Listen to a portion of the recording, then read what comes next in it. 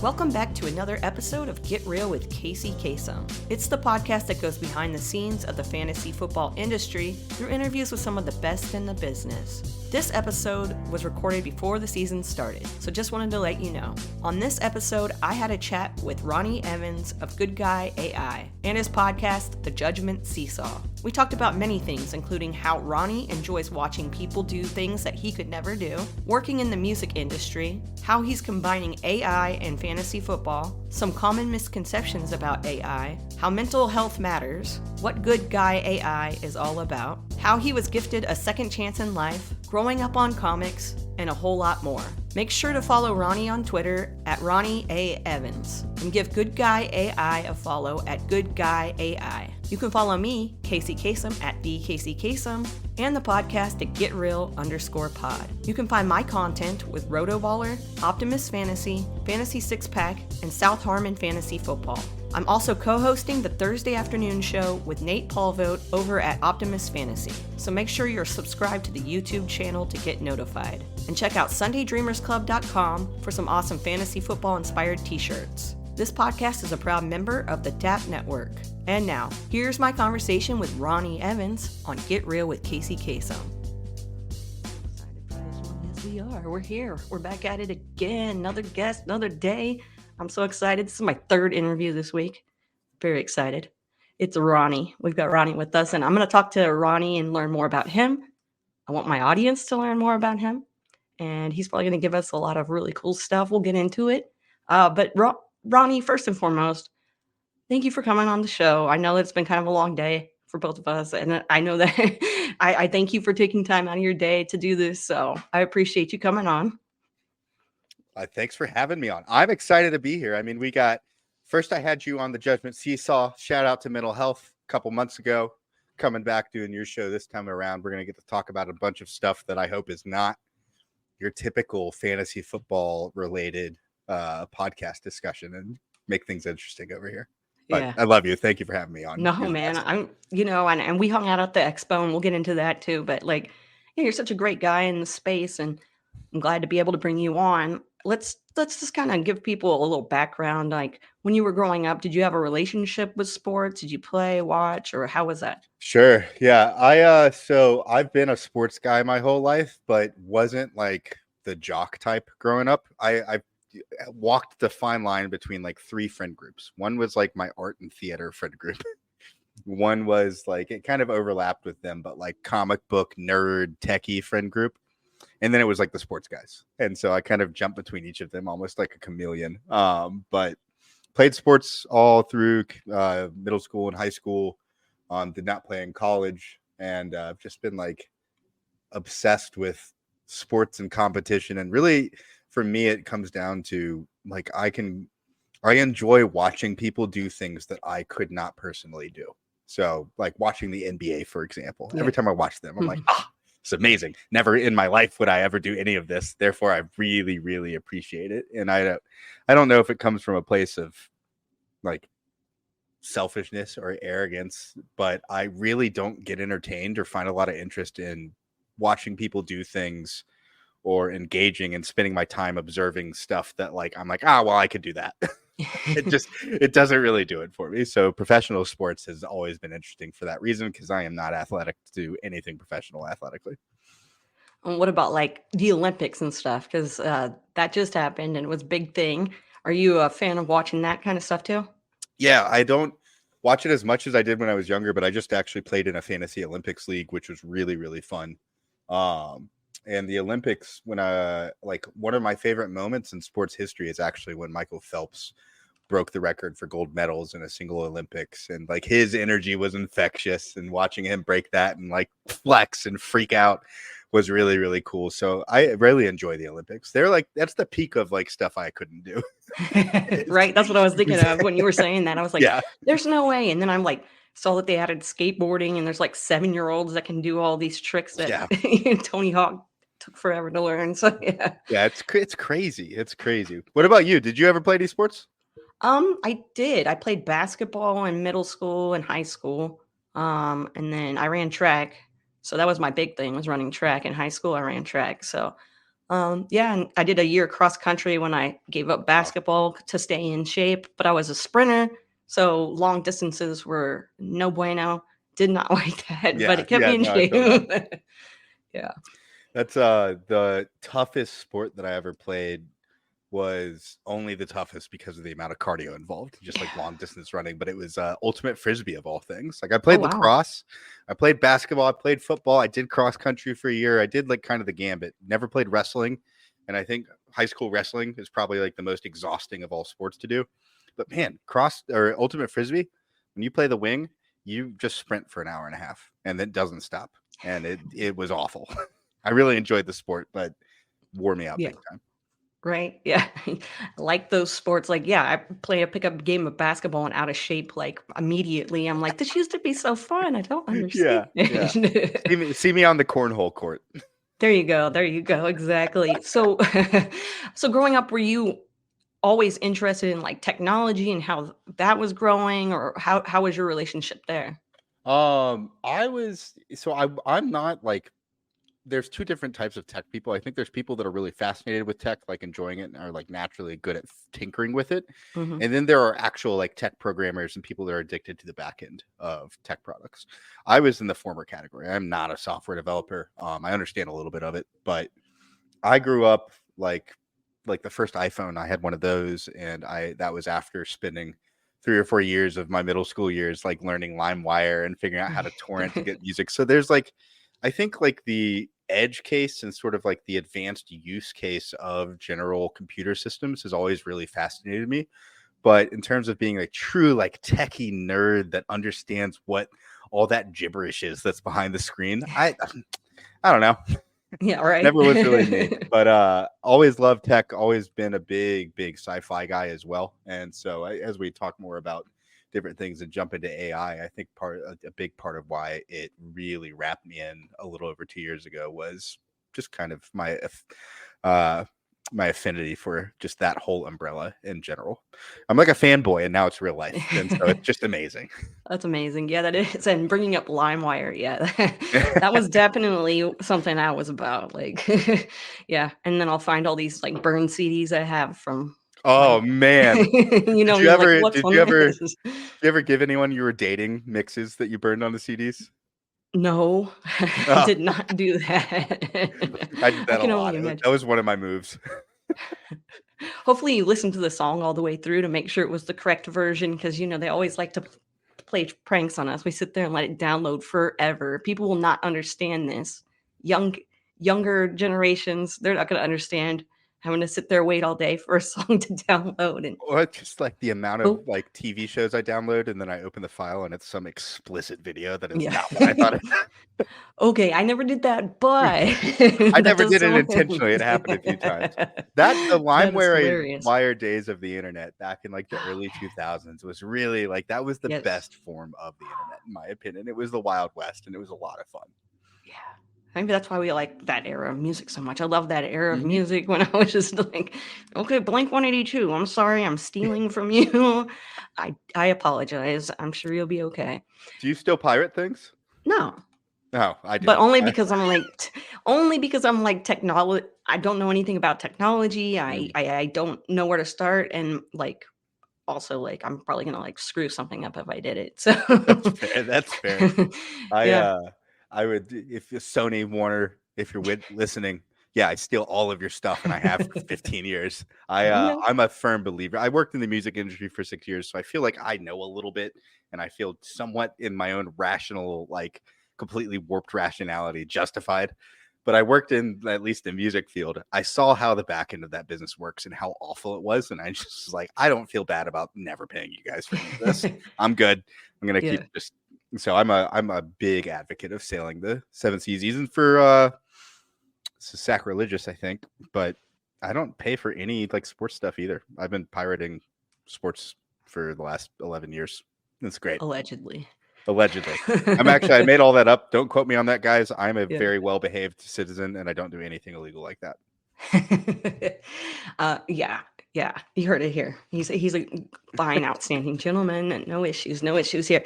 So, okay, but you did just bring up that you worked in music, so I kind of want to touch on that for a second. Like, what Sure. exactly were you doing in the music realm? Kacey, I've had an interesting life in a couple different ways. I think everyone has interesting lives for sure, but I had to through therapy and everything, I've had to identify and show gratitude to myself for the cool things I've done and learn to appreciate it again. And one of them was that music stint. I went to college for a year, dropped out. And I mentioned that because my dad has been a principal, headmaster, president at private K through 12 schools my entire life. And my mom was a teacher for 30 years. So dropping out of college was like a nuclear bomb at the time. But I left to kind of go figure my own thing out. I didn't want to sit there and waste 2 or 3 years pursuing just a check mark for a degree and find out it wasn't what I wanted to do, come back later. And then also at the time I was in school, Harvard and MIT and Stanford started releasing free courses online.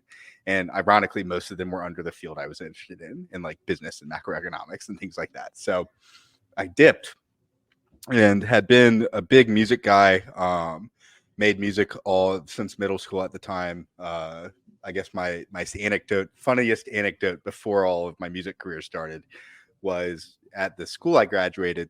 We did a senior roast where you could roast the teachers or roast the fellow students. And I made 6 songs and played them in front of the entire class and the teachers. And they were pretty vulgar. I'm glad that they're not on the internet. Then this was very much a 2008 level of PC. Yeah, it was a different time. It was a different time. Teenage boy, I just went balls to the wall with it, and it was very but a lot of fun. But I went into the music industry just by chance. I was making mixes on a website called 8 Tracks, another callback. And 8 Tracks was a really, really cool site that allowed people to make customized mixes and share them almost as their own tailored albums. And this company called Earmilk saw my stuff. I had been reading Earmilk's publication for 2 years at the time. They were pretty big, but not massive yet. And they hired me to be to launch their indie department and help manage that. And I was 19 years old and I had no idea what I was doing, but I was good at music. I was good at my taste was good. I think it's one of my few natural skills. I don't have a lot of them, but one of them is listening to pop culture, whether it's music or TV, and being able to identify pretty quickly whether or not it has staying power. And so did that for a few years. Earmilk blew up. They were the 7th highest traffic music publication in the world by the time I was 22, and I was managing their indie department, and that was really great. It obviously made me feel cool. And I've had to work a lot over my late 20s and early 30s to curtail back the ego that I developed in my early 20s because of this. But did that for a few years. My technical job title was tastemaker. So all of the bands and record labels would email me their stuff each week. I'd go through all of the music and pick out the stuff from new artists that I thought was good. You could, if you listen to the radio now and it's indie pop or indie electronic, that was my calling card, and worked with Lorde actually, very, very early on in her career. I think my favorite band that I helped quote unquote break was Glass Animals. Okay. I remember vividly emailing with their manager back and forth for 6 months because they had released Black Mambo as a demo. I reviewed that and was send me their other stuff, and she sent me GUI before it came out. And I was oh my God, these guys are going to be massive. This sounds like it should be on a top 10 list. And sure enough, here we are 10 years later. Everyone that likes indie electronic dance pop knows Glass Animals. So I had a pretty good run, not to ramble too much, but I was actually pretty good at what I did.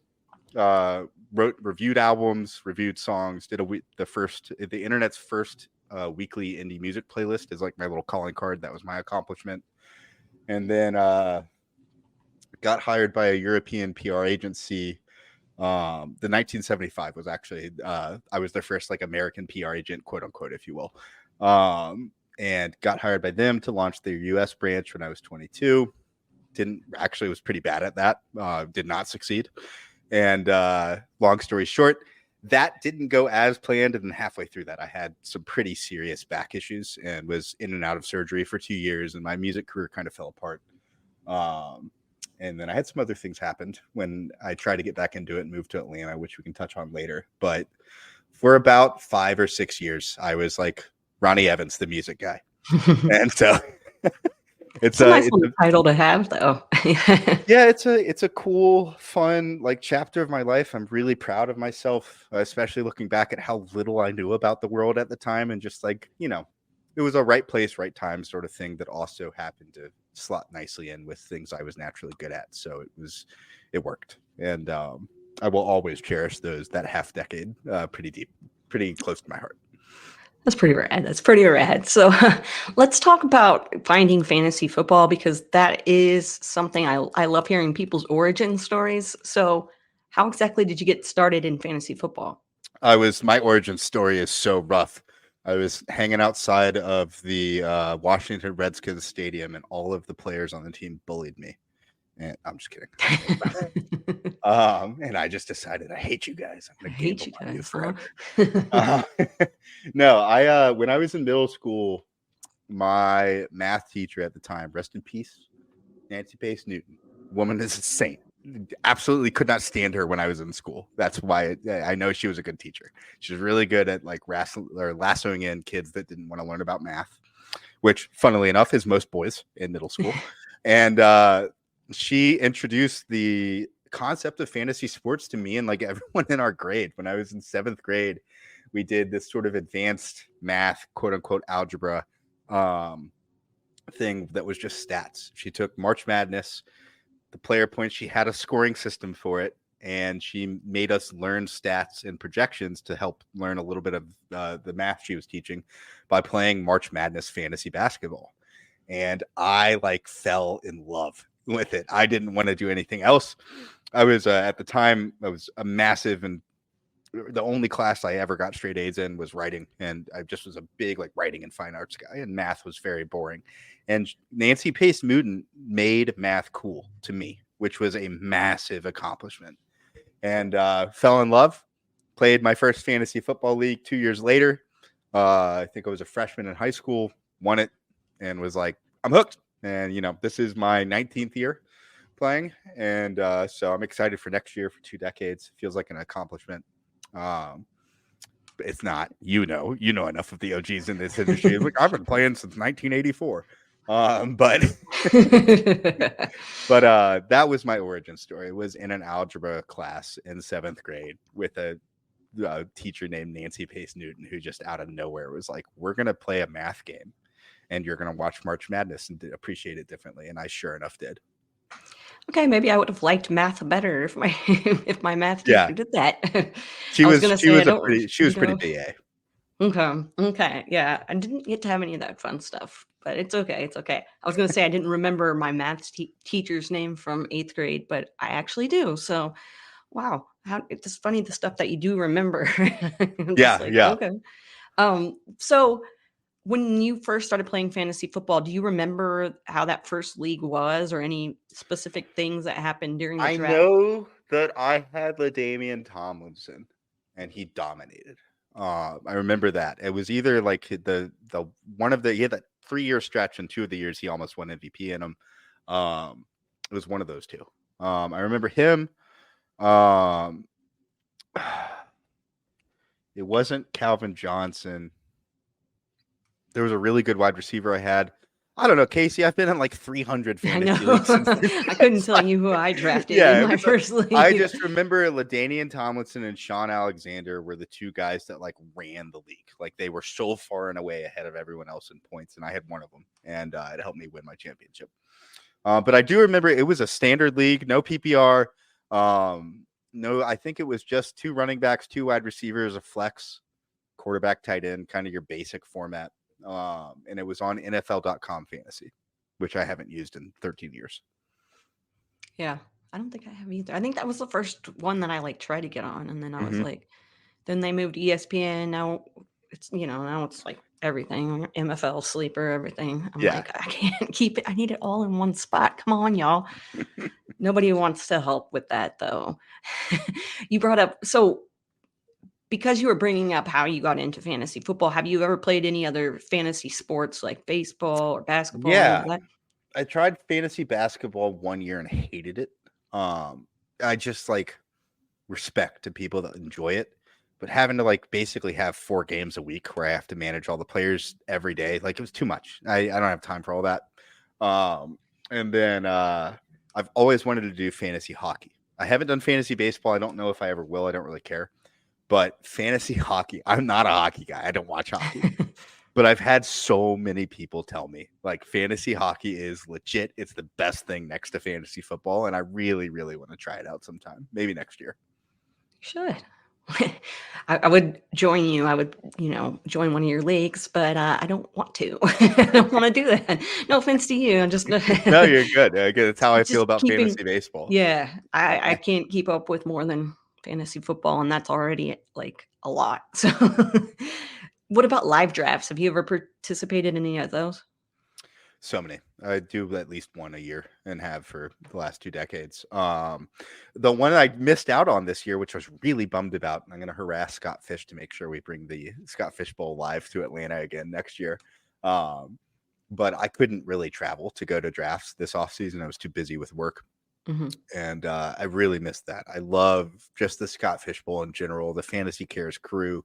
All of them are such incredible people, and they're really, really uniquely cool. There's not a lot of industries out there that I can think of where you as just a common like employee of the industry, like take a cashier in retail, for example, and apply that to fantasy football, like the waiver guy at some website. Like they're there for you, and they're around and they're available. And I think it's so neat that this industry has people like the Fantasy Cares crew, Scott Fishbowl, like Bob Lung. We'll talk about the expo more, but like Bob is one of the dudes in the world of fantasy sports, and he's super available and approachable. And I think this industry is really special because of all of that. It really is. Yes, we will definitely get into more of that because I love talking about the expo and people that are in this community. So definitely we'll get into that. But before we move on to some AI stuff and everything, when you play fantasy football, do you have a specific kind of league you like to be in over others, whether it be settings, scoring or whatever? I'm pretty much I don't play in leagues that aren't tight end premium at this point. I mean, I do every year. I've gotten a couple just by nature of people inviting me, but if I could choose, I would never play in a league that isn't tight end premium anymore. I don't care what it is. I don't care. You give tight ends a point for first down and nobody else. I don't care. Half point premium point. Whatever it is, just make that second tier of tight ends that are not relevant in every other format relevant, please, with your scoring. It's my number one ask. The second thing is I do actually really, really love IDP. Massive fan. Shout out to Leo McNeely, who's become a dear friend of mine, is kind of like the godfather, or not the godfather. That's Gary Davenport. But Leo McNeely is he's like the top dog in IDP now. He's been the number one ranker for 2 years. I would be willing to bet he probably is again this year. I use his stuff a lot to help out because I've been so focused on AI this year. Ironically, I haven't built a system yet to just pull all the IDP information for me. So I just go to Leo.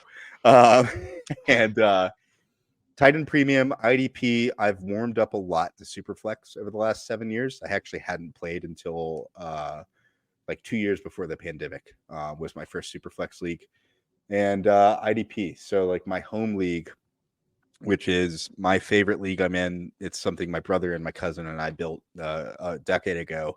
It has what I call variant or variable scoring, which is essentially the scoring adjust every year over year. And it goes in, and I have a algorithm that goes in and analyzes the discrepancy between the top 6, top 12, top 18, top 36, and top 50 players at each position, and then slightly adjust the scoring for each position so that the top 12 guys at every position are scoring roughly the same. It's not perfect. Like Christian McCaffrey scored more than everyone last year. You have your outliers, CD Lamb, same sort of thing. Yeah. But if you get outside of those 3 or 4 anomaly players, that batch of like top 20 guys are all within like 30 points of either, whether it's a defensive back, a linebacker, a running back, a wide receiver, a tight end. And so I love that. In that league, roster wise is quarterback, 2 running backs, tight end, 3 wide receivers, and 2 offensive flex. So technically 8 offensive starters and then a quarterback, and then 8 IDP starters. So linebacker, defensive back, defensive line, 2 IDP flex. And so you get 17 starters. You're basically fielding a full team each week. And I got to tell you, Casey, like I played a lot of different forms of fantasy football. My second favorite is probably one-shot elimination type leagues, like the Gary Davenport's Oasis League, where you can only use a player once. But full IDP, like variable scoring, is probably a better word for it, but it's what I've called it for 8 years. Just equalized scoring where all the good players, regardless of position, matter. I love that. It's my favorite. Now, if I could do that every time, I would. It's awesome. Yeah, I love to hear about different leagues and how they do stuff. And IDP is really interesting to me. Not something I've really dabbled in, but when people talk about it, they're always so excited to talk about it, and they always like it so much. So, yeah, Well, IDP. we're like the black sheep degenerates of the industry. Other than like the last 3 years, if you played IDP, you were like a sicko. That's kind of true. Then I mean, yeah, that happened. Yep. So let's get into some AI talk. Just first and foremost, how did you become interested in AI, and when did that start? I have been interested in AI since I was a kid. I don't remember if it was Bobaverse or 2001 Space Odyssey, but one of those two things I ran across first in like middle school. Fell in love with the idea of like a conscious computer system that was able to interact with me the way my friend could. And I think it just spent like most of my life. I'm 34 now. Spent like 32 years. Like, well, I hope that happens when I'm alive. and then in 2022, the technology of AI advanced so quickly and became so approachable that all of a sudden we were like living in the beginnings of that sci-fi future. And I think it's the coolest thing that's happened in my lifetime. A lot of really, really smart people agree that like it's more important than even like the inception of the internet. And so I'm pretty bullish just in general, life-wise, not even fantasy football-wise, just on AI and like how it can impact people on an individual basis. But I've always loved tech. I've always taught myself how to use tools. I was never able to read instruction manuals. I had to just play test and figure it out myself.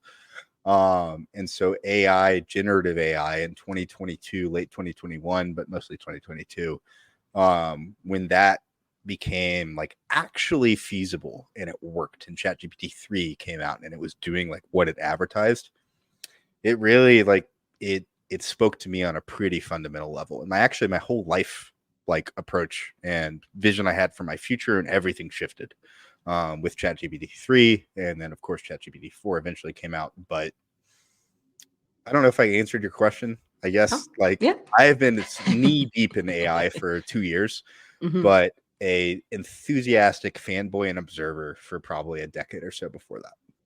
So what sparked your interest in kind of combining AI with fantasy football? It's complicated. Well, it's not complicated. So one of the things we haven't touched on yet, but I'm a big mental health advocate. And for me, over the last 7 years, I launched a fantasy football dynasty podcast like almost 8 years ago now. Strategically, I've always been pretty addicted to like Michael Porter's philosophy and like unique competitive advantage. If you're going to do something new, or at least do something else that's been done before, but do it better and create something new out of that, so on and so forth. And so in 2017, 2016, when I launched Dynasty Podcast, the reason I did it is because I love Dynasty football and there was only 2 other Dynasty podcasts. I was like, all right, cool. There's an opening there we need more of this. Let me go put that out there. Fast forward 7 years. Now there's like 50 of them. Don't need to go make a Dynasty podcast anymore. There's plenty. But when all of this like rapid acceleration happened in the approachability of AI tools and just generative AI in general happened, I at that time was actually in a really rough place mental health wise. And part of what was keeping me going was that I had a taste of a little bit of success with my podcast. I got a glimpse into the back end of another industry that I felt like was a unique niche industry, kind of like the music industry was. And I loved it. I genuinely had fallen in love with the fantasy football community and industry and like just workspace. And I had spent 3 or 4 years at the time, like just working on myself, not doing fantasy content, trying to figure out my own personal anxiety and depression problems, was actually suicidal on a pretty serious level in 2022, right at the beginning.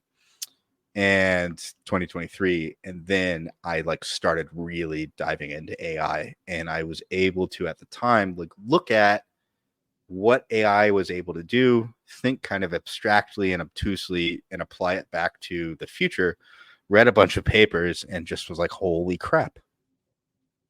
This is the most important thing to happen to most industries. But specifically, like I keep reading that accounting, HR, legal, and then statistics and projections are like the first four dominoes that are going to fall over the next decade. And I just like that one of those four categories is all of my friends. And it's all of these people that I love. And therefore I must, because I have the time and I'm working part-time to do therapy. I have a unique opportunity. This was in January of 2023. Of a unique opportunity to actually go explore this in a way that most other people in this industry can't. Figure out what the dealio is and get ready to eventually like help the industry adapt and learn about what might actually be like a cataclysmically ground floor changing tech for our space over the next decade. And so it just, I don't know, it really like I had a dreamer kind of thoughts about it, if you will, but it really, really empowered me to tap into like my creativity, like the business background I have. I've worked with startups for the last 8 years, and in general, it helped me see a way where I could find a unique and actually very, I hope, valuable place in this industry that wasn't just regurgitating the same thing that other people had done before with my own flavor. And so I hope that doesn't come across as like narcissistic or anything. No. I just like genuinely wanted to find something that made me feel purposeful. And then this came out of nowhere. I was like, oh my God, I feel awesome. very, very purposeful now. So yeah, it's awesome when something clicks like that and it comes into your life like that and everything just lines up the way it needs to. Hey everyone, Kacey Kasem here. I want to take a moment to tell you about Sunday Dreamers Club, my fantasy football inspired t-shirt store. If you're looking for unique, stylish, and comfortable apparel that showcases your love for fantasy football, look no further than SundayDreamersClub.com. Whether you're gearing up for the next big game, hosting a draft party, or just want to sport some awesome gear, Sunday Dreamers Club has got you covered. With a variety of designs and styles to choose from, there's something for every fantasy football fan out there. Your support means the world to me, and there are so many ways you can help me grow this new small business. Grab a shirt or two for yourself or as a gift for your fantasy football league mates, or you can spread the word to your friends and family. Every bit helps, and I truly appreciate your support. Thanks for listening, and now let's get back to the show. Okay, Good Guy AI, how exactly did that journey of creating that and coming up with the name and everything, how did you go about that? So when I first looked at AI, immediately I was like, all right, how does this apply to fantasy sports? Well, it has all the knowledge. Eventually it'll have all the statistics. Therefore, an AI version of like John Hanson is probably the future. So a year and a half ago, I set out to like building out the first ever fantasy football AI advisor and chatbot, and had gone through a couple meetings, had talked about prospective investors, yada, yada. And then in, I think it was June last year, might have been July, met with someone, and they are very prominent in the world of tech, have made a lot of money, more than I probably ever will. And they like kind of shit on the whole idea. They're like, and their reasoning was really, really sound. And they basically described the first to market failure scenario that happens with startups, where you have like a really bright individual or handful of individuals have a really good idea, and because the idea is so good, they push it and they try to make it happen themselves. And all they do is introduce that idea to the competition, and the competition with money and framework in place already is able to just go do it better than them, and they get squashed out. And he looked at me and was like, this is really good, Ronnie. Like, you, the fantasy football AI advisor and chatbot and all that probably is a multi-million-dollar, if not hundreds of $1,000,000 project over the next 3 years. But you're a guy who's not a software developer. You're doing this by yourself. You're having to get investments from other people to do it. And the moment you do this, all these other people in your industry that are sleeping on AI right now are going to be like, oh, we should do that. And we actually have a coding team, and we actually have investments, and we have a framework, and they will walk over you. And I didn't like it at the time.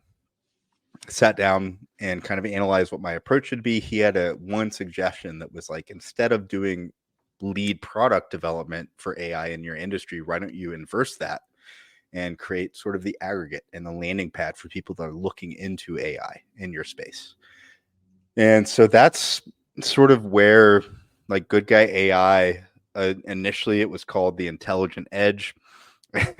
Had that domain queued up, and then this is a total random side note, but in, like, I don't know, September last year, Microsoft bought the Intelligent Edge, and is like, it's the tagline for all of their AI stuff now. They call Microsoft Azure the Intelligent Edge. And so I was very validated. It's like, I had a good idea, Yeah. but I'm not going to go compete with Microsoft for, like, marketing space now.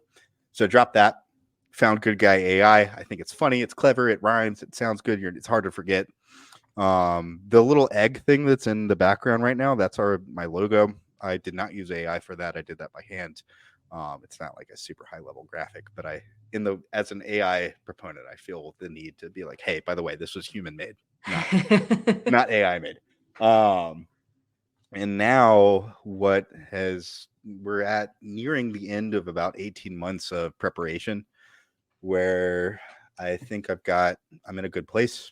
The industry seems to, at least a portion of, know, like, hey, that's the crazy Ronnie guy that wants to do AI stuff. He's about to do something. So I feel like I am well enough positioned to go ahead and take charge and do what I need to do for this and see what people think. But I hope I explained that all okay. It started out as an AI fantasy football chatbot and, like, product lead, and then very quickly was aptly told, don't do that. Become friends with all the people that are doing that, and instead provide, like, the hub and the nexus for everything that's happening in AI in your space that people can come to, because that is evergreen. The products, not only are they not evergreen, but also you're not equipped to do them and be protected when you do them. So you did bring up the logo and how it's human made. There's a lot of common misconceptions out there when it comes to AI. Can you think of anything that maybe people are thinking that isn't really, because so AI many, is so Casey. new, so it's like, Yeah. Well, there's one thing that ties into that, which we talk more about later, but, like, the curse of the expert, or the paradox of the expert versus the learner, is that, like, the expert often has a really hard time explaining things to somebody that isn't an expert, because they already know everything and they can't get out of expert mode and move into, I call it monkey mode. Like, you need to monkify what you're saying for people that don't know what you're talking about. It's good advice for the fantasy space. If you're doing content and your target audience is newer players, monkify your content. Don't get too high level. So the biggest misconception I see still with AI, I ran into this with, like, it wasn't one person. So if y'all watch this and you think this was you, it wasn't. It was like 7 different people. See my name tag, see the AI thing, and like, oh, AI, yeah, like it, like, the whole point is that you got to work for things. Like, AI is bullshit. I'm like, that's a terrible misconception. You cannot just get on ChatGPT and do amazing things. You have to learn how it works. You still have to know how to prompt it. You got to know how to, like, phrase things the right way, and how to, like, what to ignore versus what to latch on to. So similar to, like, baking, which is a science, it's not the same as making a salad. And people make the mistake of thinking, like, everything AI is just a snap of the finger. If you call yourself an AI artist, you're full of shit. AI art is bullshit. It takes 15 seconds. It doesn't. I've tried to do the same art that a lot of these really, really talented people are making AI art with right now. And, like, the mid-journey prompting, then they take it to runway, the steps they have to take, it's a science. It's like baking a cake. You have to, like, know the ingredients and know the temperature and know the steps. Otherwise, it's not going to work out. And you're going to try to bake a cake, and instead of getting a cool picture of Katy Perry riding on a unicorn, you get, like, Katy Perry with 15 fingers and 5 titties. Like, yeah. you have to know how to use it. And Yeah. that's just on the image front. So number one misconception would be that it's easy. It makes everything that used to be hard a hell of a lot easier. That is 100% true. But it's not just snap your finger easy yet. I think we'll get there. And that's the part of AI that's scary. And no one, not even, like, I was watching what Mark Cuban doing an interview with Jon Stewart the other day. He's like, well, the problem with AI is that we don't really actually know what this looks like and what it means in 5 years. And so that part's scary. But until we get to that snap your finger AGI sort of self-actualizing moment, it's still a skill. It's a technology you have to learn. You have to get familiar with. There's a cadence that you need to learn to speak with it, and so on and so forth. So that would be the first thing. The second thing would be that AI is twofold. One would be AI is coming for everyone's job. I think that's a misconception. It's wrong. But also on the same side, people who say AI will never come for my job. Both of those are incorrect. AI is going to come for just about every single role at some point in the next 25 years. It's not going to come in an eraser level, but in a, like, this role has looked like X, Y, and Z.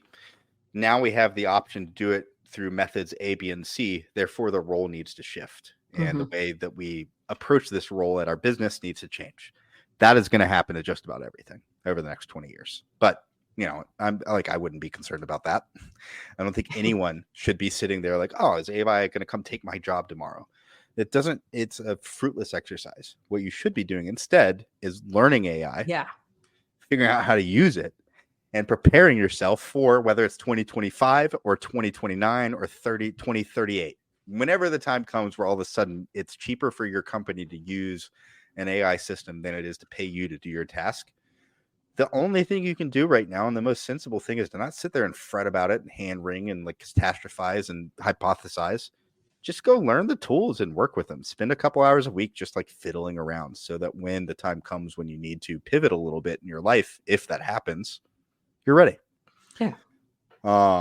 So it's a weird double-edged sword of misconception, but AI is not coming for everyone's jobs right now. And then also everyone that thinks they're protected from AI in the future are wrong as well. It's like in the middle of both. That kind of reminds me of a story at my old job where we got a new software up. I don't know. We had to start going and using a different program, and everybody's freaking out about having to learn this new software, this new technology, this new everything. And like, yeah, so many people quit because they had to learn something new. And I'm like, no, I mean, times change, things happen. I mean, it's ever evolving in the workplace. Like, not all of us were working from home, and now there's a lot more people working from home. Things change. So yeah. Oh, it's just one last anecdote. Like a good example would actually, if you go back and look at, you can do it on Google, go to archive.org and search for like impacts of internet on the economy. Articles from 1998, 1999. They're all over the place. Nobody really knew, but people in general had this idea that at some point here, we hope sooner than later, this is going to completely flip the way e-commerce works, the way that like supply chain works, like everything about the general economy is going to change because of the internet. But nobody really knew when. And for the most part, the people that were in that field were like, by 2004, 5 years from now, everything's going to be different. It wasn't the case. It was like 2015, 2012. Everything was different. It took a while. It took over a decade. I think it's still true for AI. Like, yeah, it's going to change a lot of shit.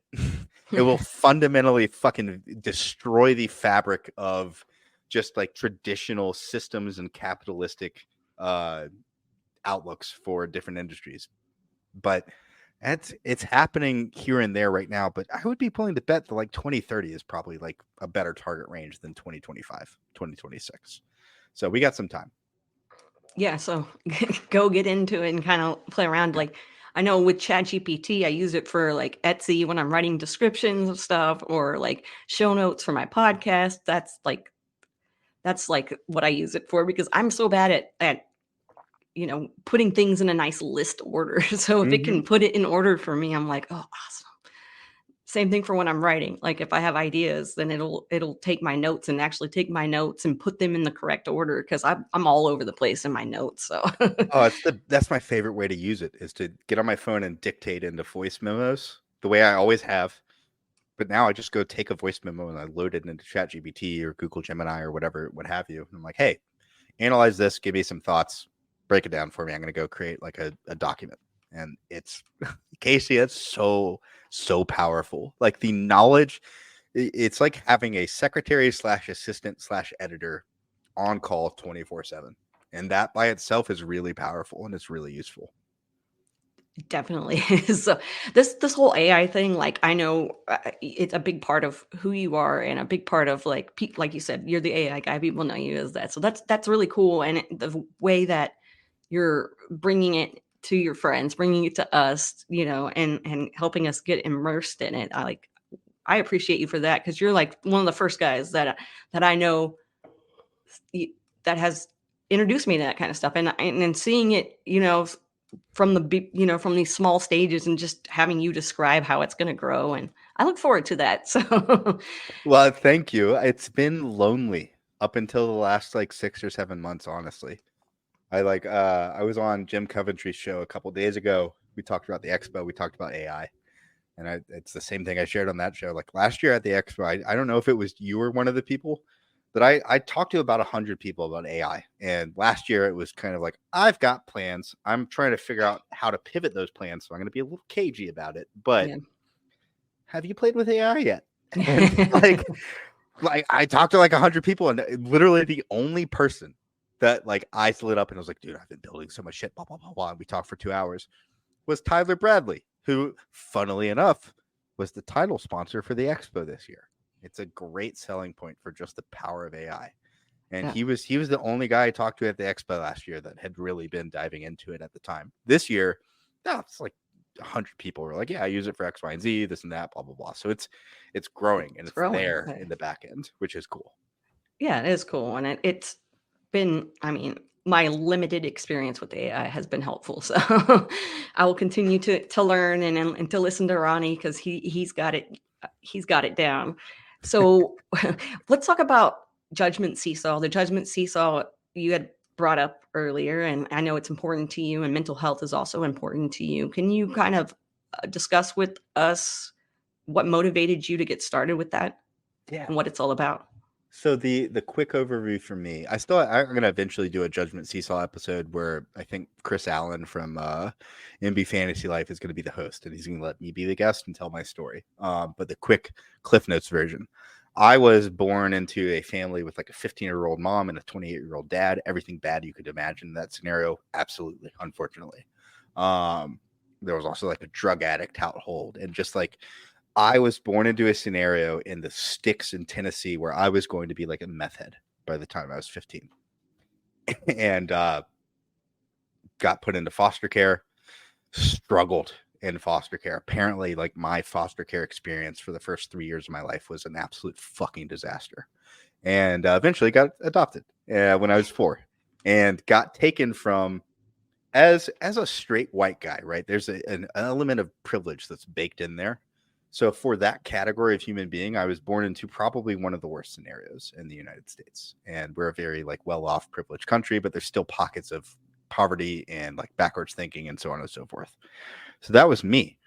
And then like that old cartoon about like the crane that like takes a baby and just like delivers it somewhere else. I got taken from that shit, and I got dropped into, at the time, a middle-class family. Now it's like a very well-off 1% family, yada, yada, all that stuff. And was gifted basically a new chance on life. And I wasn't aware of it at the time. I was a kid. I had no idea what was going on, other than I was shifting houses every fucking 3 weeks for the first 4 years of my life. And that, at the very minimum, instilled a bit of a subconscious like need to help other people in me. And I kind of look at it like, I got saved. In a way that, frankly, I think like 99.5% of the population just doesn't ever have an opportunity or a kindness from the universe that comes across them in life like that. And so that meant a lot, but I didn't really recognize that it meant shit until I was like in my mid 20s. I hit big as a teenager in the music industry. I had a huge ego. I thought life was great, blah, blah, blah. But throughout my whole life, I was on this like up and down cycle where I'd crush life for like 6 months, and then I'd fall apart for 6 months, and then crush life and fall apart, crush life and fall apart. And so in my early 20s, I started to recognize like that and be conscious of what was happening with me on a cyclical basis. Fast forward to leaving the music industry for back surgery, which did do a number on me. I lost, like, I would call it, I don't know. Everything I've read has said like between ages 23 and 26 for a male is the prime of their life. Well, I was in fucking bed dealing with back surgeries for 2 of those years. So I got robbed of that, and then came out of it and moved to Atlanta. It was like, hey, I'm going to launch a music company, and I'm going to create like a Tinder ripoff where you get on there and you swipe on people based on their music preferences, and you can find people to go see concerts with and so on and so forth. And, it's a good idea, not like groundbreaking, but it probably would have been successful. And the moving company stole all my shit. The 2 boxes that I had all my, like, not just the hard drives and stuff I had for that. And like I had graded over 300,000 songs at that time. I had this really cool collection of music that was like my magnum opus. I had all of my articles, all of it was on these 2 hard drives in my laptop. My record collection was in there. Like I had a personal handwritten autographed 1975 debut album where they were like, hey, Ronnie, we love you. Thank you so much for everything you've done. You're the best, X, Y, and Z, all the guys in the band. Fucking lost all of it. And it was, I don't have kids. I've never lost, so therefore I've never lost kids. But from what I've read about like losing things on a significant basis, it was like that for me. I pretty much lost everything that I had worked on over the last 7 years. And it fucked me up. Just like on a fundamental level, it changed my life.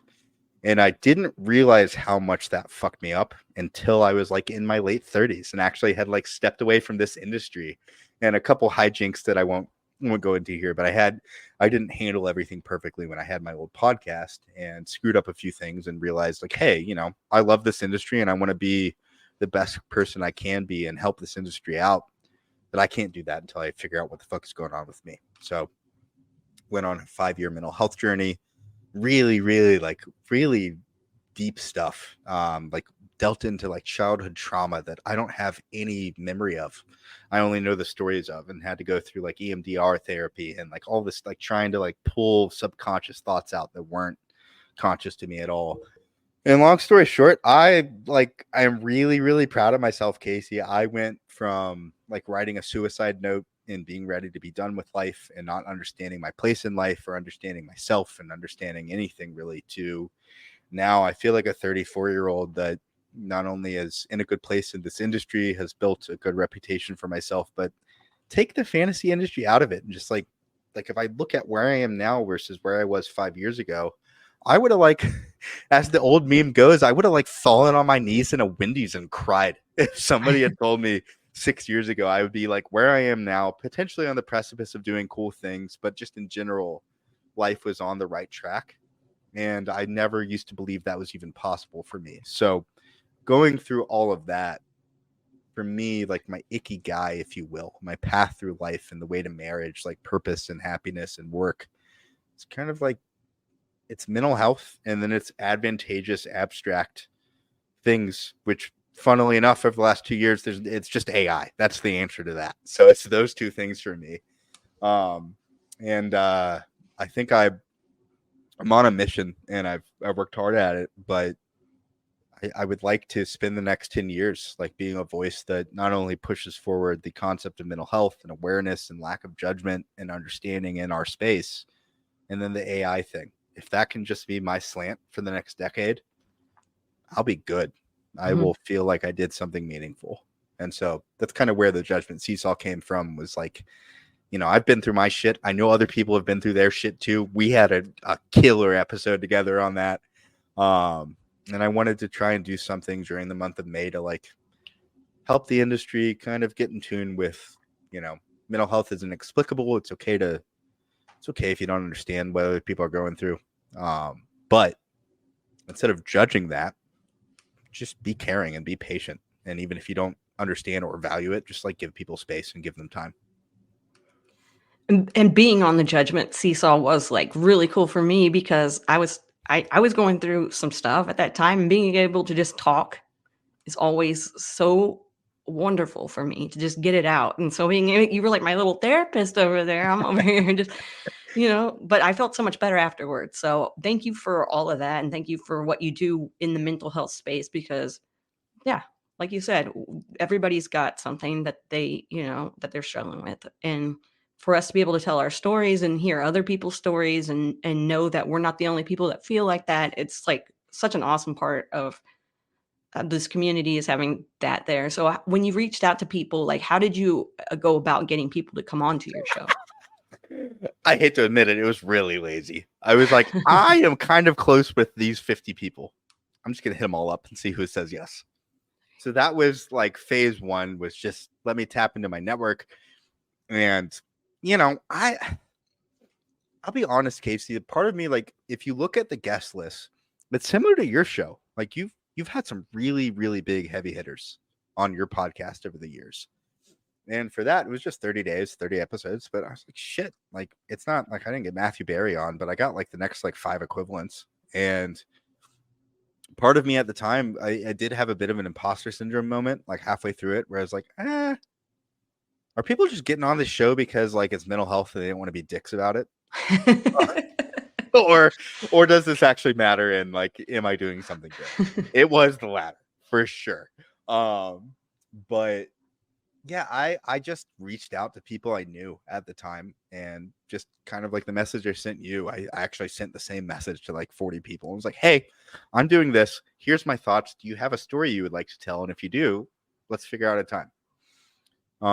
That was it. I think if you wanted advice from that for any of the listeners with this industry or any industry in particular, all you have to do to get something out of someone else is, and this is, I don't mean this to like manipulate other people, but if you have genuine pursuits in life, if you can do 4 things. First of all, make the person feel valued genuinely. Like, hey, I love you, and I think your insight on this topic would be really profound. Therefore, could you get on the episode for me?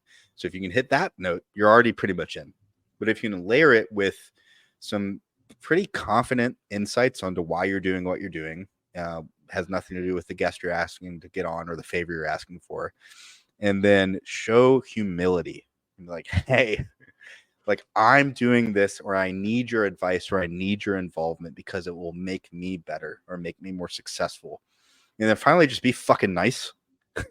If you can do those 4 things, you get any Nice. guest you want in the world to help you, to hop on a 15-minute call, to advise you, to do content with you. But like, make them feel valued. Explain why you're doing that isn't just like selfish. Be nice. I forget the other one I said, but those 4 things do matter. And okay, so putting out content like that and doing a podcast like that and being a person who has dealt with hurdles in their mental health, how do you put out, do you have anxiety when you're doing it? Do you how are your mentals with putting it out? Because I know before I Yeah. podcast, I'm always like, breathe, it's gonna be okay. And then as soon as I start doing it, it's fine. This is definitely TMI, but just to be honest, one of the things that I've always struggled with is like, I don't even know if I want to say this, but I've already gone down this path, so let's just roll with it. We're getting real. In my life, I'm not like, I know people who are like, I poop in the morning at 9 o'clock every day, and then at 7 o'clock at night. I have a system. I don't have one. Sometimes it's hard for me to do that. Every single day during the Judgment Seesaw, 30 minutes before I recorded, the trains left the station. Like the anxiety was through the nervous fucking poops. roof every time. Yeah. Yeah. It was like a cure for constipation, if you will, in that mind. But it gave me so much anxiety, Casey. Like, I had these grandiose plans. Part of the reason I did it was to like show myself that I could do content again. It had been a couple years, and I wanted to like get over the internal wall of like, I can't do this. But it was about 2 hours of work of research, and like, I made custom songs for each episode and so on and so forth. And I had this grandiose plan when I started. It was like, all right, I'm going to do 30 episodes. 5 days before each episode, I'm going to give them the show notes. We're going to have leeway. But every single person that I did a show with, it was like the morning of. I'm like, all right, here's the show notes. I'm sorry, I'm scrambling. I've been procrastinating. This is a lot, but I'm doing my best. And it did well. It was just empowering and fulfilling for me to get out there and do that.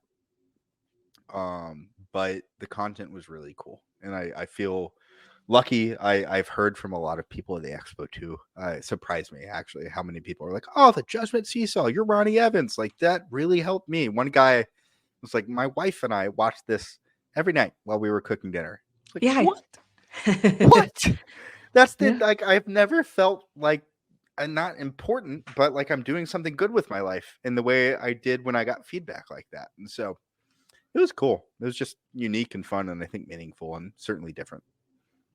Yeah, that's cool when people come up to you and like actually appreciate what you're doing. Like that is heartwarming. I love it too when people do that because I like to do that to other people when I appreciate their work. It just makes Yeah. somebody's day. And I love making people's day, and that make me selfish because I like making people's days, but I don't care. I love giving compliments to people that deserve them. So yeah, and it's really cool about the couple saying that they watched it and stuff. That's Yeah. heartwarming. Yeah. Well, and for people, I know that we don't have to dive into your mental health stuff that we talked about, but for people like you and me, shout out to the Less Alone chat, people that do, like everyone Mhm. struggles with imposter syndrome in our industry. Yeah. Certain subset of people that struggle with it a lot compared to other people with fleeting things. We are in that a lot Yeah. category. So getting that feedback and just like the validation to know that even if it's not like, hey, your podcast was the best thing I've ever watched. Doesn't need to be that. Just like, hey, it was good. Good job. Yeah. I watched it. Yeah. Like if you just tell me that, oh my gosh, it's like I'm the Energizer Bunny and you just put a new battery in the back of me. Definitely. Definitely. When you and then bringing up the expo and, like, having people talk to you, like, going to the expo, again, anxiety and Mhm. mental health and everything, how do you prepare yourself to go into an environment that's so awesome, but also there's so many people and there's a lot going on? Man, I don't know that this is the right strategy for everyone, but it worked for me. There you go. I just for the last 2 years have like made myself the center of attention in some way, shape, or form for the expo. So I felt like I wasn't just random. Um, this year it was kind of like just spamming the hell out of Twitter to get people into the expo chat and talk through this and that and just posting every day about it for like 30 days. I also do that map every year. Now I've done it for the last 2 years where people go and put pins on the map as yeah, there's an idea that I had. It seems like it's been a hit, but for me, if I don't have like a role in a situation that gives me anxiety, my anxiety is untamable. I'm fucked. Like I just I can't do it. So oftentimes what that turns into is kind of like the narcissistically gestury, like court jester guy, like that's kind of like the jokey person, the center of attention at a party. I've trying to learn to get away from that as I've matured and like authentically just be like, if people want to give me attention, it's for a good reason. But I fully admit for the expo, like the way I get comfortable with it is I just put my name out there all the time. I just like expo is coming next week. It's in 3 weeks. I'm Ronnie. You want to get in this chat? I'll add you. I love the expo. Like just like making myself known so that I don't feel as out of place or as unknown at those events as I would otherwise. So, we did just have one recently, and, you were there. How many times have you attended the expo? Twice. Twice, alright, I and wanted to go 3 years ago, and then my best friend got married that weekend, and I actually gave him a lot of shit about it at the, bachelor party, so what a punk. My yeah. best friend's getting married, when I'm was supposed to go to Vegas for a festival, so now I'm like, "Seriously? One of my favorite bands is getting back together, and I have to go to your wedding," but I love her, so it's okay, but What she band? should a Cobra Starship. Wait, no. No, I actually don't think I know them. I was You don't thinking know of them? something They're, I was you they said Cobra are Starship, and I think my brain went Jefferson Jefferson Airplane. Star okay. Well, there you go. Well, I mean, basically, no, I'm just kidding. Not even I mean, this is like they've got a No, that's keytar, fine. so, like, it's fun Oh. stuff. Is it like jam bandy, like It's electronic rock they stuff? were in that pop punk scene, but they were more Ah, poppy than anything. alright, Kinda, I've got something to listen me to tonight. Yeah, I used to go up on stage and rap with them, so that was really cool. Yeah, it was fun. They have a Snakes on the Plane song, and, That's yeah, I used to amazing. rap.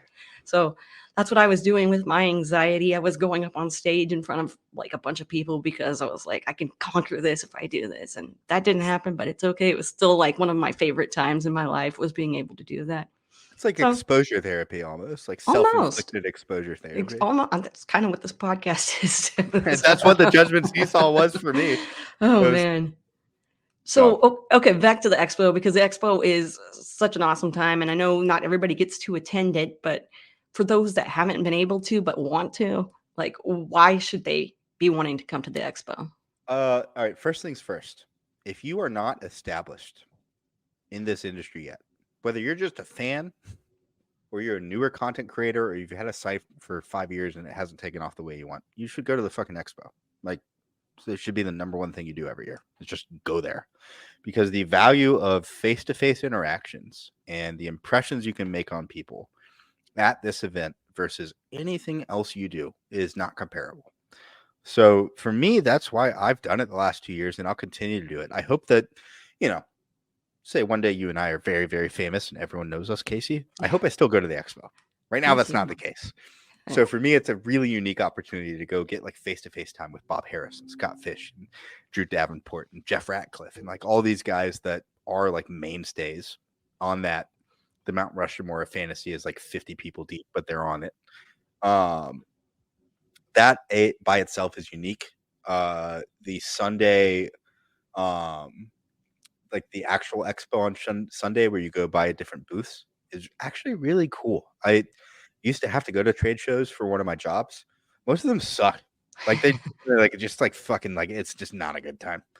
And I think that the expo is so uniquely like it's almost like a Comic-Con. Like the crowd there is a niche in and of themselves, and they're going to one of the only things that they can attend that like adheres to that niche. So you get this weird, like everyone's kind of a fucking degenerate fantasy sports weirdo at the expo. So you've got your people there. Yeah. And you get to meet the people that write the content that you read if you're a fan. Or if you're a content creator, you get to meet the other people that have done it longer than you and are better than you at it. Just own that. And you can learn from them and develop relationships. I'll give 2 examples that like it's nothing to do with me. I don't think anything I'm doing is cool or whatever. Maybe the AI stuff is unique and it's important, but Jim Coventry and Bob Harris are both like we've talked a lot over the last 2 years, but those 2 guys are meeting with me over the next 3 weeks to go make sure that my good guy AI rollout is like up to snuff. I want to get their feedback for it. I'm not fucking getting those meetings, Kacey. If I didn't go to the expo and like person, are you out of your mind? There's just some random dude on social media that is one of 100 people every month that hits them up for attention. Go to the expo. Get the face-to-face time. Meet the people you work with.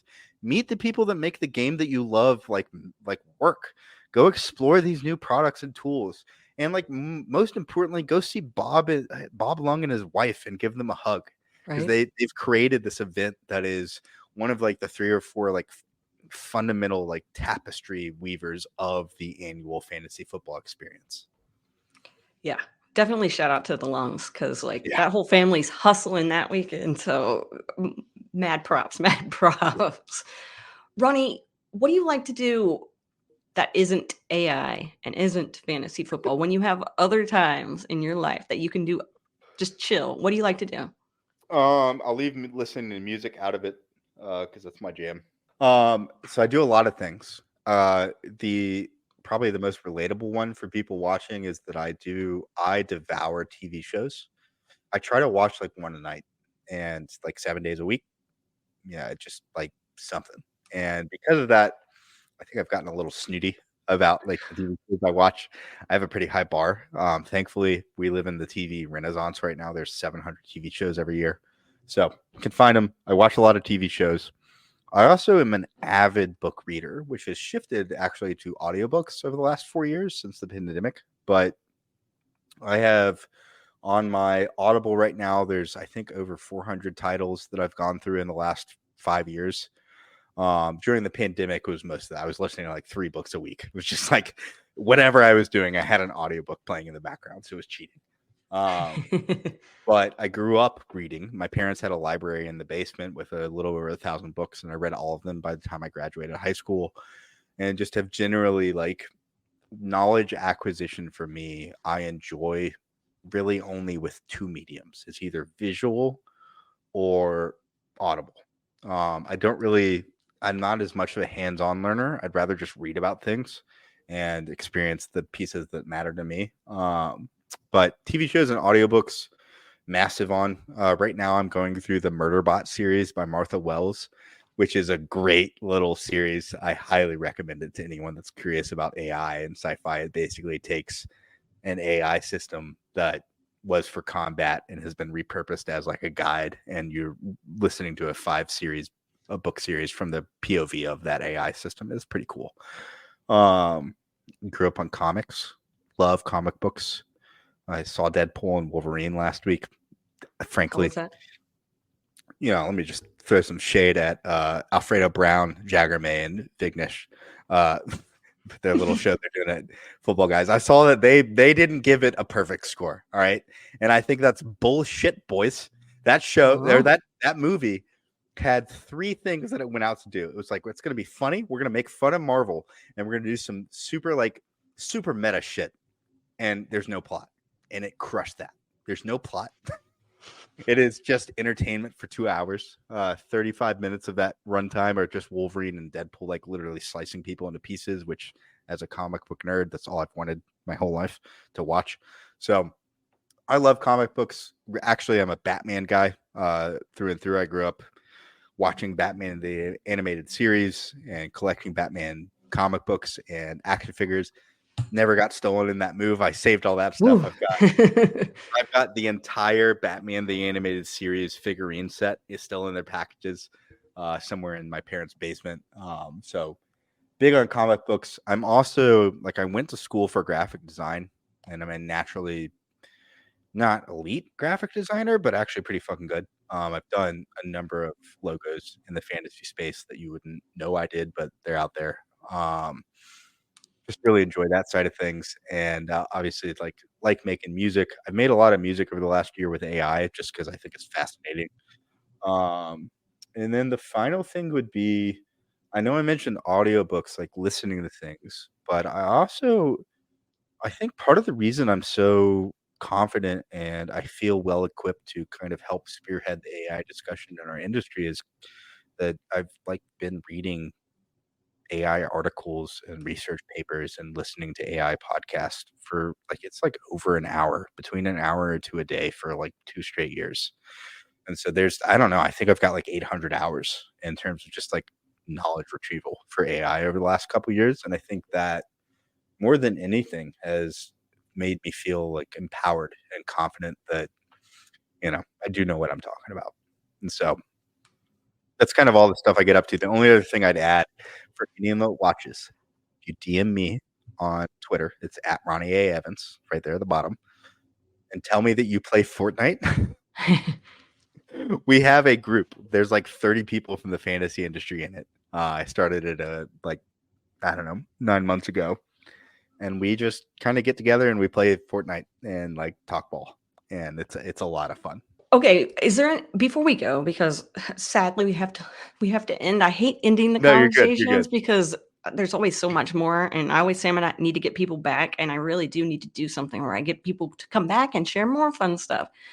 Over the years, give me some more knowledge. I love taking notes during this podcast. So, but before we go, is there anything else that you want to share with the listeners about your journey or Good Guy AI or just the importance of your mental health, all that stuff?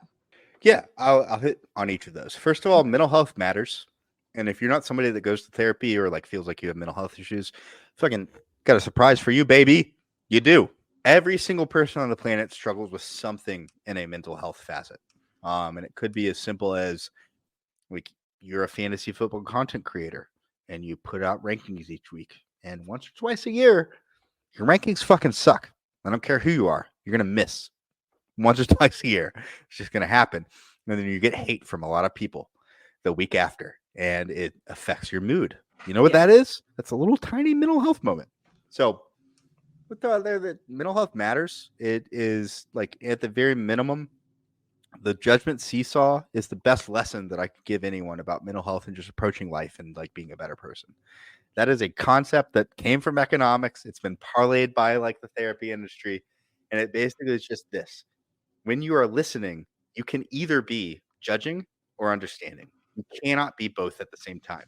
And it's, if you want to rewind this episode and listen to Kacey and I and try to like be judgmental and understanding with me at the same time as you listen to me ramble for fucking 50 minutes, good luck. You're not going to be able to. It's not a thing that we as human beings do. So the judgment seesaw is like a sick, really fucking effective metaphor to like putting yourself in other people's shoes and really listening and understanding and trying to like sympathize with whatever the fuck is happening across from you. It doesn't matter, like whatever is going on. The judgment seesaw is just a great exercise for you to make sure that you are checked and in a spot to be receptive. AI wise, Good Guy AI next month. I don't think I mentioned this yet, but I shouldn't say we. I am releasing the first of a series of open source, completely free AI tools for the industry. So, like for you, Kacey, if you wanted to have an AI chatbot advisor that went through all of the episodes that you've done, helped you build out like a little feedback loop, and you could put it on your apparel website and have it talk to people. I'm open sourcing that for free for anyone that wants it. Just download the GitHub repo, follow the instructions, put it on your website. But also, like if you're just a fantasy football player and you like want to try out the future, you can come on Good Guy AI next month, download this GitHub repo, and on your computer, you can like feed it. I don't know, like give it the RSS feed for 5 of your favorite fantasy analysts and turn in and have on your localized computer like a live fantasy football agent to help you throughout the season. So that's one of the first offerings from Good Guy AI. It'll be next month, and my plan is to open source everything in this industry over the next 2 years.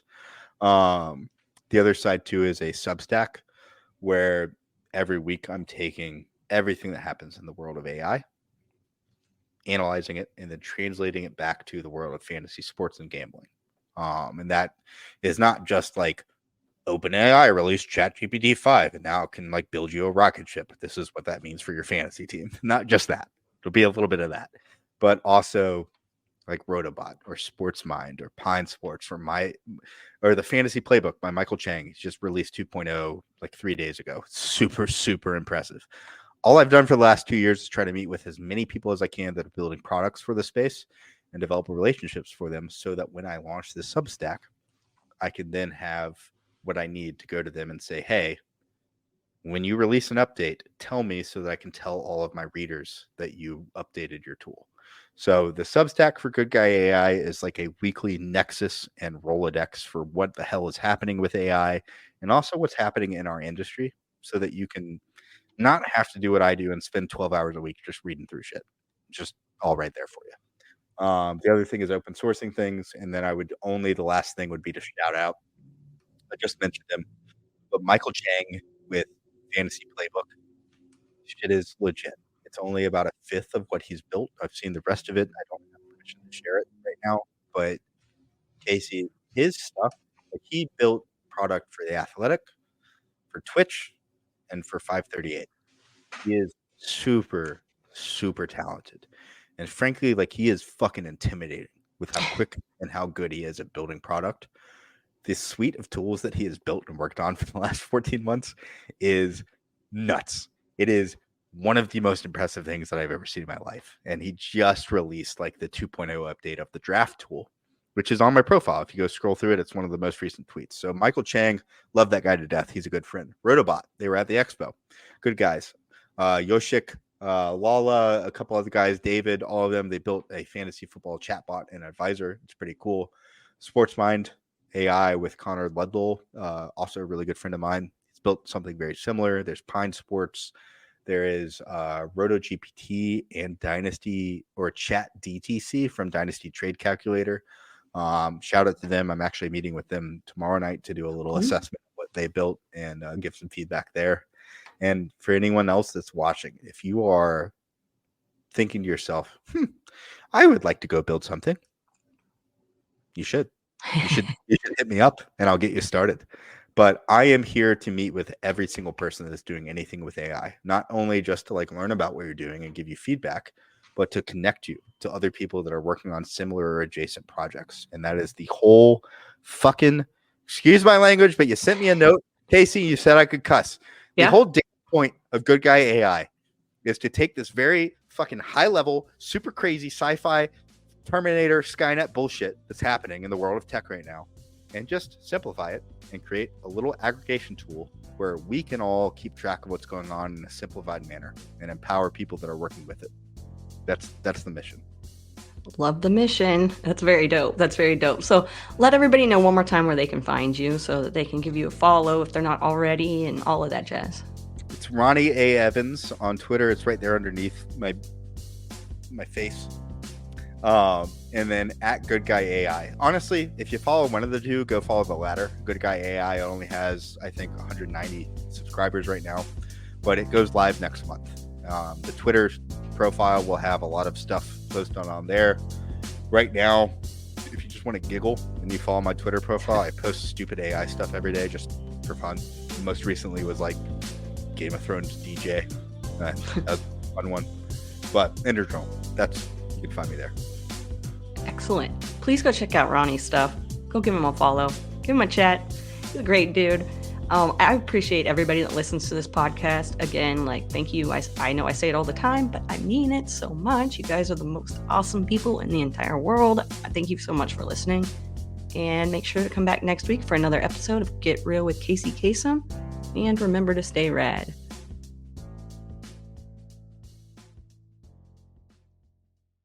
Get real. Time to get real, everybody.